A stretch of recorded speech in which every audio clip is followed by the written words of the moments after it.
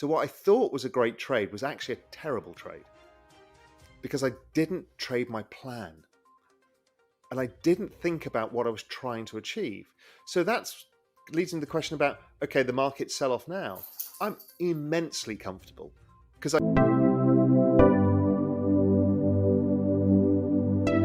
I'm a very visual person. So I distill everything into imagery. So which is why macro so appealed to me, because macro is this massive 3D, always changing map of the world, of all the asset classes, how they're interrelated, the economies and the news flow. And I found I can hold it in my head. And I can kind of spin it around and look at it and take different component parts aside. And therefore you can simplify it if you can make a picture of it. And so I just create that mental picture for others because most others struggle to see the connections, to see how this could be. People can think one step ahead, but people don't think 2 and 3. And 2 and 3 is where I'm pretty good at, which is longer term, knock-on effects, how this is going to play out. That doesn't mean I get all of them right, but I've been consistently pretty good at that over time. And I can explain it to people in a way that they understand it and can grasp it, whether they disagree or agree. I mean, again, that's the beautiful thing about Global Macro Investor. I've had people who barely ever agree with me, and they've been subscribers for 18 years. Whole piece on this is the best instruction I can give. Firstly, I advise everybody, if you're trying to trade longer term, which is where I think the alpha is, the real outperformance is because everybody's time horizon is short, you should be long. And I set up GMI to prove that, and I've proven it over 17 and a half years. I've got a registered, public track record for GMI members over 17 years that's basically proven that exact point. So here's my example. Oh yeah, so write it down. And every time you go and try and sell something or change your position, ask yourself, has something changed versus your thesis? So a lot of people, their thesis has changed, but they hold on to the position because they're emotionally attached. We've all done that. Or the other one is you get spooked out of something and you forget your thesis in the first place. And then then it goes back and you're like, shit, I've missed it. So let me tell you my crypto investments, my Bitcoin investment story, because it highlights it the best. Because I just recently went through the maths of this and I kind of shocked myself. So I first heard about Bitcoin during the European crisis in 2012. I realized that this was a solution to a lot of the global financial system. And I wrote the first macro strategy piece on Bitcoin probably ever published in Global Macro Investor in 2013. And it was driven by a friend of mine, Emil Woods, who's is very well known in the space, and Chad Cascarello, who are Global Macro Investor subscribers, saying, listen, you need to look at Bitcoin. So I looked at it. They happened to have started an exchange called itBit, which is now Paxos. And I ended up buying Bitcoin. And I stuck a decent size in because my analysis was it's at $200 now. If I back out the analysis versus the stock to flow of gold, this is worth $1 million with the gold at these current prices. Therefore, it's underpriced. I hadn't figured out anything else about network effects, but I kind of understood that this was potentially important. And I assumed that it would go to zero. So my downside was 200. My upside was 999,000. Blah, blah, blah. And then I said, I assume that I am a total idiot, which I try and assume most of the time. And therefore, I'm 90% wrong. So if the upside is 100,000 and it's $200, it's the best risk reward any of us will ever come across in our entire lives. And maybe one of the best risk rewards of all time. So first thing that happens, I put the position on, it goes up 100%. It goes up 100% a month and 500% in the next 4 months. I'm like, holy shit. I don't sell any because I've got a long-term thesis and it's fresh in my mind. It then falls 85%, but luckily back to my entry level. So it gets back to 200. I don't do anything because I had a long-term thesis. And then I kind of forgot about it. And then 2017, it starts coming to life again. And it's starting to scream higher. And now it's at 2,000 or 2,200. And I'm like, okay, I'm up 10x, which is good. My thesis obviously was a lot more. But I'd forgotten that because now the forking wars had started. And I suddenly thought, is this existential? Is this the S-curve moment where it fails? So I sold it went up another 10x to 20,000. I didn't worry about that because I'd made 10x and it was okay. It was a good trade. And I was worried that it wasn't going to be able to play out my thesis because of these forking wars. And eventually I got in April 2020. And I can't remember what my average was. Call it 6,800 or something. And then I'm still long and then, rotated into ETH and did other stuff. But anyway, so great trade. One of the best trade of my life. I went back and looked at, if I just kept my initial investment at $200, I would have done, I can't remember the number, 5 times better. Even though the size that I added in March 2020 was massively larger than the first size Interesting. It still didn't work. I'm like, huh.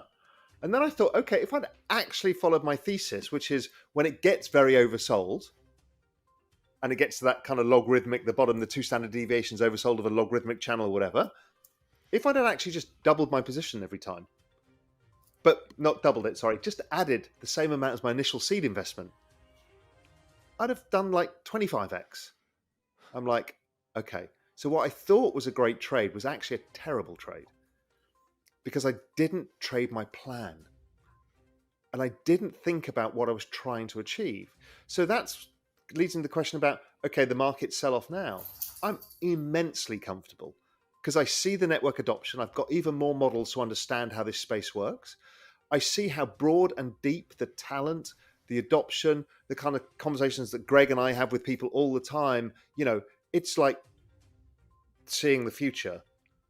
So therefore, the volatility now, I've been adding as fast as I can, scraping the sofa for coins, anything to put more money in. What's the optical effect that's actually quite hard is once you've had a big gain and it's, even though it's come off a lot, it's still a reasonable amount of money. And you don't have that much capital available to double it up. And it doesn't feel like your position's getting much bigger. And I'm struggling with this right now because, I'm increasing like by 10% or 20% because I don't have the cash to do that. Because I've got a big picture framework that is robust and tested and is deep. I've done a lot of work on it. So I feel comfortable with the probabilities. Now, I love markets like anybody else. So I've got on my screen the real-time chart of ETH daily, weekly, monthly, and hourly. I don't even trade ETH. I just buy it. But I like the market and I look at the price action. And what I did the whole period was just didn't look at my P&L. So I have learned, and this is a new thing for me, how to disassociate myself with my P&L. Because if not, you're always thinking peak to drawdown. Or look how much it's worth now, as opposed to how far are we along in my thesis?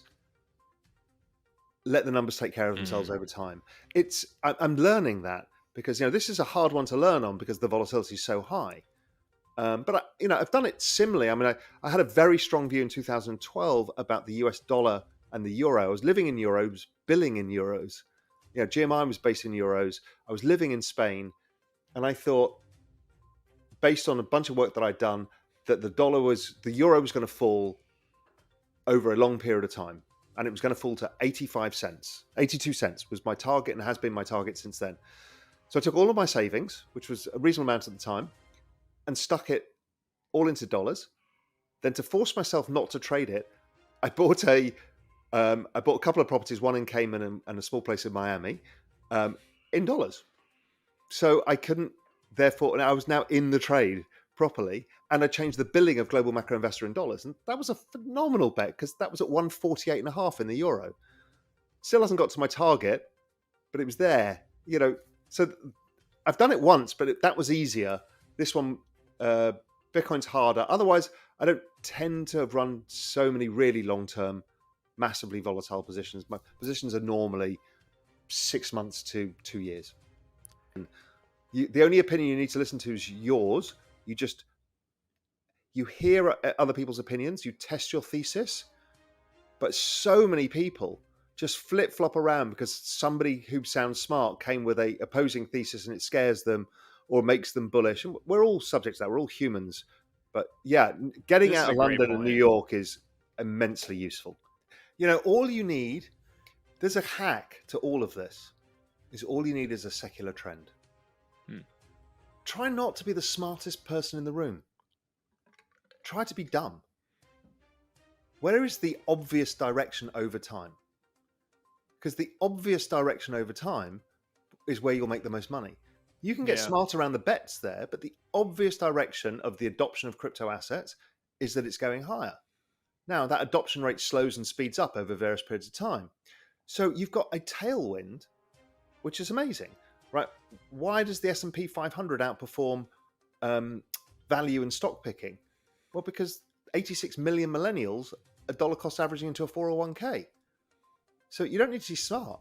If you look at the global economy, which is the most obvious global economy in the world that you want to be long of for the next 15 years, 20 years, it is without question India. Why? Because they've got 1.3 billion people with an average age of 28. You haven't even hit the demographic sweet spot, which is that 30 to 50 range, right? So all of these things are around everywhere. I mean, the bond market has been an amazing trade for me my entire career because it's been bloody obvious. It's in one trend, and I still don't think it's broken. I know everyone's arguing, but I've argued this for the last 15 years when people say, yeah, it's going to break and everything's changed. I don't think it has because of debt and demographics. These are secular trends.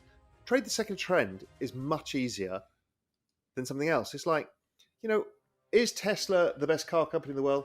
Doesn't really matter, but EV is where money is corralling, and the rate of innovation and adoption of what he's doing is still high. So, ESG, that's going to be a mega trend. Don't care whether anybody agrees in the trend and the mandating of it, but everybody's mandated to do it in Europe. So all of the money goes into ESG. So there's another tailwind for you. And that's going to go on until we change the energy equation. And the war with Russia accelerates it. Soon, the majority of the English-speaking internet will be Indian. Yeah. So, and he explains in a little bit after that, is that the conversations you have online, the highest probability is that they will be Indians. They will not be Americans. They'll not be English. They'll not be Europeans. They'll be Indians. And I'm like, wow. What he's saying is the future of the internet is Indian. And that's the Indian diaspora, both at home. So, Sahil, you're part of that as well. The Indian diaspora at home and abroad. And with India, I think we can include Pakistan and Bangladesh, the Indian subcontinent. So, I mean, the diaspora in the US is taking over the bloody world. And everyone's like, wow, why is there so many Indians? I mean, virtually everybody we hire at Real Vision is a bloody Indian now. It becomes a joke. Why? Because there's enormous numbers of Indians. Dwarfs everybody else.